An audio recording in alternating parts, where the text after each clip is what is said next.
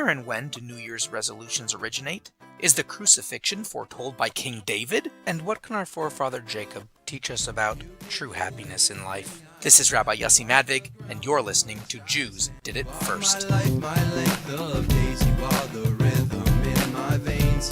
My heart pulses to your name. I rise from sleep and speak your praise. Welcome back for another week of Jews Did It First. Hope you enjoyed last week's special holiday episode. And wouldn't you know it, there's another big holiday, New Year's Day, coming up this Monday. You know, it's interesting that two of the biggest non-Jewish holidays, Christmas and New Year's, makes a big deal about the night before. It's a very Jewish idea.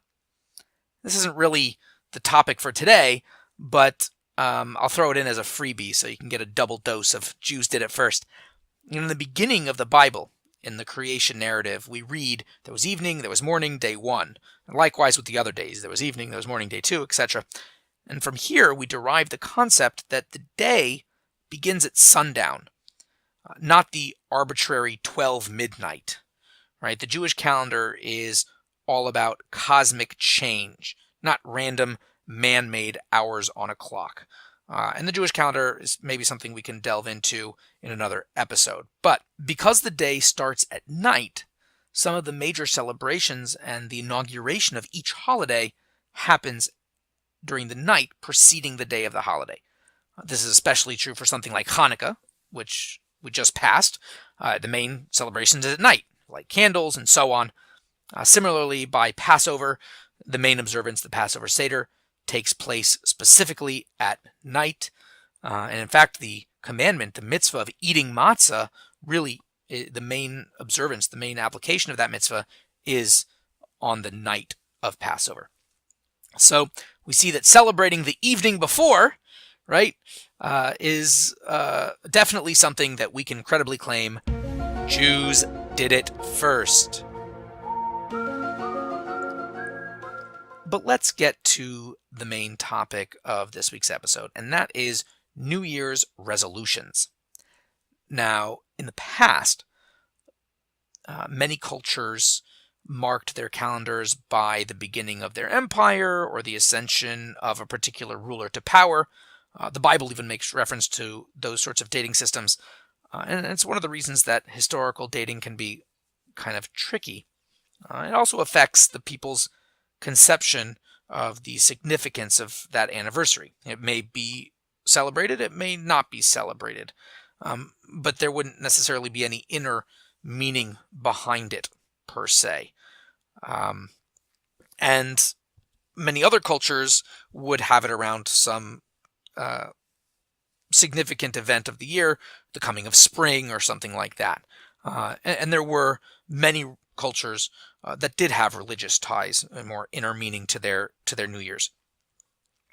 But it seems really in our culture anyway that only when Christmas started picking up steam as a significant religious celebration around this time of year did this idea of making a resolution to better yourself in the coming year become a widespread practice. Now, the first recorded mention of New Year's resolutions I could find actually did not start with the Jewish people, interestingly enough. But before I get there, I want to talk about things that happened around the same time. So, for instance, you have the ancient Egyptians. Okay, now their New Year's celebrations, they were before, but I couldn't find any mention of resolutions per se. There was a lot of frivolity, a lot of drinking, a lot of illicit male-female interactions, and probably not just male-female interactions as well. A lot of, almost like a Mardi Gras type atmosphere. But no real mention of a deep inner meaning. So, in a lot of ways, they celebrated kind of like we do in our culture today. Now, another culture, which actually started around the same time as the Jewish people, was the ancient Chinese. There's, some overlap there as far as when they started, about 3,000 years ago, a little over 3,000 years ago, just like when we were given the Torah. And there they do have this concept of resolutions. And likewise, when I remember, like I said, even before the Jewish people, the ancient Babylonians. And the Babylonian people have different segments of their history. You have the early Babylonians or the ancient Babylonians or something like that. You have the middle, and then you have the late Babylonians. But even the ancient Babylonians had this holiday of Akitu, which was their New Year. And it lasted several days. And their resolutions, much like the Chinese resolutions, were mostly about the past. You know, it was basically this concept of, I'm going to pay off all my debts. I'm going to return everything that I borrowed. I'm going to apologize to that guy who I said had a big nose. You know, whatever it was. It was always about fixing up things that you did in the past. Now, could there be, the occasional person that did say, I'm going to do X in this coming year to be a better person? Yeah, could be.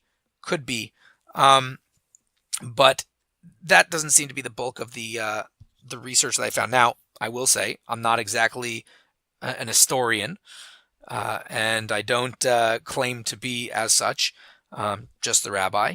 And yes, I have a slant. I'm trying to make it so Jews did it first. So, but the idea that we have as a secular society of making these resolutions are to be better people, either in a secular sense, not necessarily in a more spiritual sense, although those resolutions exist as well. But the biggest ones every year are, I'm going to exercise more, or I'm going to lose weight and diet and all these kinds of things. We're bettering ourselves physically, or between man and man. I'm going to be nicer to people. I'm not going to be such a jerk, whatever it is. So that concept of bettering ourselves, that kind of resolution, that happens as the Jewish people leave Egypt. They're told to celebrate the new civil year in two significant ways. Rosh Hashanah, which is the actual day of the new year, and Yom Kippur, the Day of Atonement. This is a 10-day period of time. Rosh Hashanah is the first of the month of Tishrei, and Yom Kippur is the 10th of the month of Tishrei. And that's a time of judgment, not just for Jews, but the whole world. And so therefore, it's a crucial part of observing the new year on the Jewish calendar to yes, reflect on the past year, recognize our shortcomings. That's certainly part of it. And B, to resolve to better ourselves in the coming year. It's a time to make resolutions, to do more mitzvot, to become closer to God, give more charity, and so on. And like I said, now that New Year's has become more secular, it seems that the resolutions tend to be more secular as well. But regardless, we can say here that when it comes to the basic idea of a New Year's resolution for bettering ourselves in the future, Jews did it first.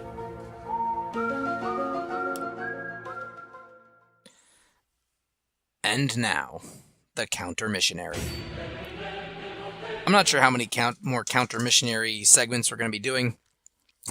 Pretty soon I'll switch it up and do something else for the middle segment. My wife really wants me to do the Torah stance on some controversial issues. Let me know what you think. I'd like to hear. You can send me an email at jewishoswego@gmail.com, or you can comment on the Facebook page, Jews Did It First. Contact me. If you happen to have my phone number, you can shoot me a text. Find me on Facebook, whatever it is. I'd like to hear your thoughts. Maybe there's a segment you'd like to, a theme that you'd like to see, or hear, I guess, in this case. Anyway, continuing in our counter-missionary claims, again, this is not a slap at the Christian community as a whole. This is to contradict the narrative that specifically Christian missionaries, those out to missionize to the Jewish people, to use our own Bible against us, as it were, to prove their religion. I'm not looking to disprove the Christian Bible. I'm not looking to find proofs against Christianity or anything like that. not my goal. I'm not interested in that. If you would like to talk to me about that sort of thing, we can have a private conversation about that. But this is specifically meant to give an alternative narrative, both for Jews to have what to answer, as well as to let the Christian missionary know that, look, there is another way to view these things. It's not just so obvious from the Jewish Bible itself that Jesus is the Messiah. There's a different way of looking at that. So one of the more popular ones is Psalm 22 by King David. Now, Psalm 22 it's a beautiful, beautiful chapter of Tehillim, of Psalms, where King David is speaking as he's, being chased by King Saul, and he's really feeling the squeeze, and he has a lot of imagery, a lot of animal imagery, of being surrounded by dogs and lions, the mouth of a lion and the bulls goring and dogs barking and biting, all these kinds of, a lot of animal imagery. And there's one verse in particular, and I will read it. He says over here, "For dogs have surrounded me, a pack of evildoers has enclosed me." This is, I apologize, Psalm 22:17. It might be verse 16, perhaps, in Christian Bibles, because sometimes the way they number the verses is different. "For dogs have surrounded me, a pack of evildoers has enclosed me. Ka'ari, they are at my hands and feet." Now, this word ka'ari is what we're going to focus on, because this is the main point of contention here. Now, the way that many Christian Bibles will translate this is, "They have pierced my hands and feet." Now, you can obviously imagine why the Christian missionary would love that verse, and why many Christian editions of the Bible have translated as such. I will say, to their credit, many Christian Bibles that are current nowadays have changed this, or at least they'll add a footnote. I remember in my life prior to this one, when I was involved in a lot of Christian activity, I saw this. I believe it was a Revised Standard Version of the Bible, and I saw this verse. Naturally, it jumped out at me, and there was a footnote there, and it had a footnote for different languages, because they use the Syriac and so on, various different languages, Greek, and so I looked at the footnote and said, in the Hebrew it means like a lion. And I thought, well, that's strange. I mean, it was written in Hebrew, so if that's what the Hebrew said, why would you use something different? It didn't, make me drop the whole Christian thing, but it did plant a seed of, hey, that's a bit odd.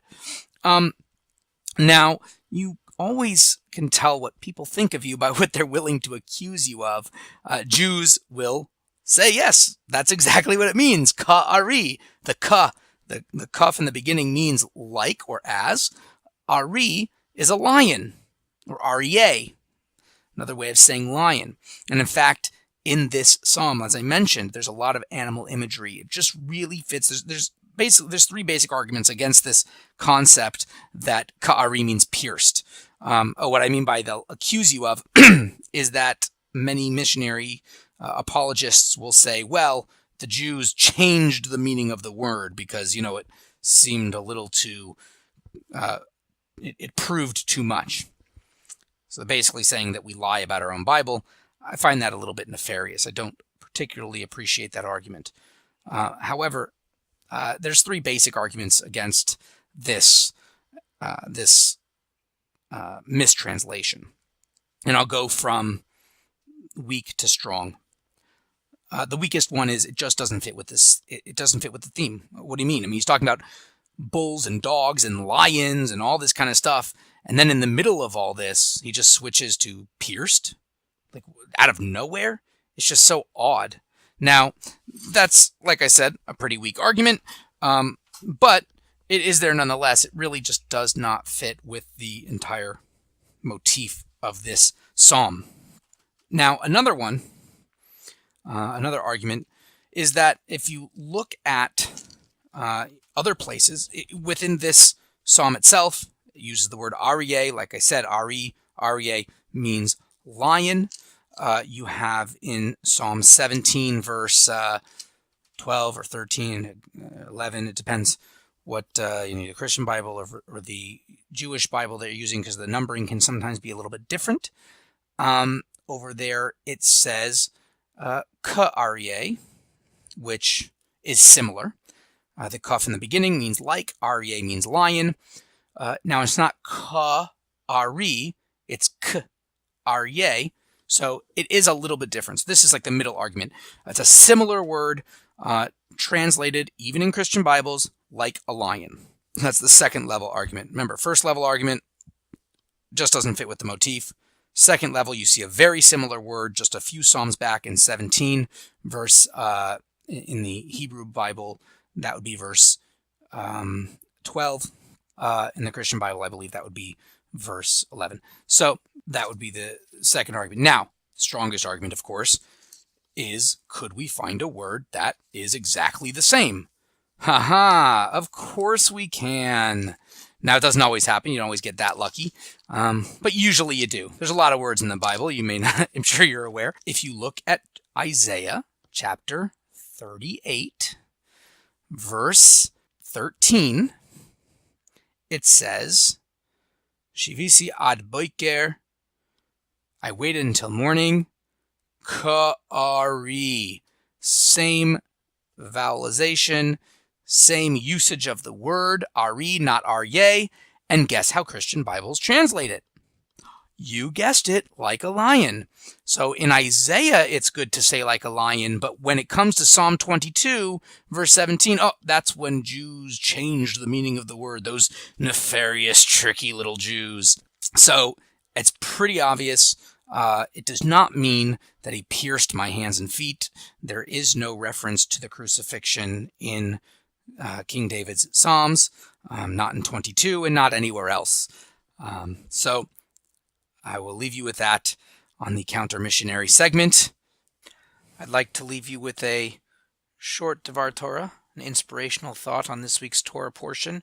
We're reading the portion Vayechi, the last portion of the book of Genesis.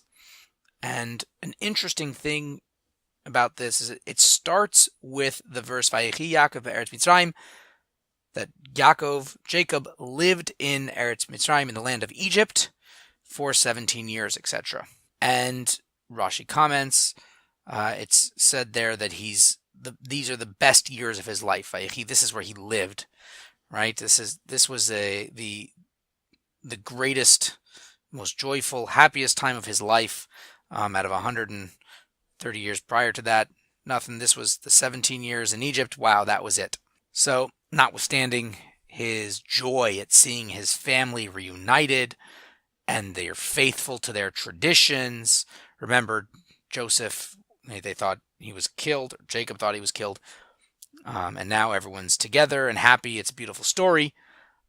It's still hard to imagine how the years he spent in such an idolatrous environment such as Egypt could be the best years of his life. And the answer to that puzzle is that we learn earlier that Jacob sends Yehuda, to set up a house of Torah study in Egypt before the family arrives there to live permanently. And this way, Jacob ensures that he and his descendants would remain immune to the negative influences of Egypt's corrupt society.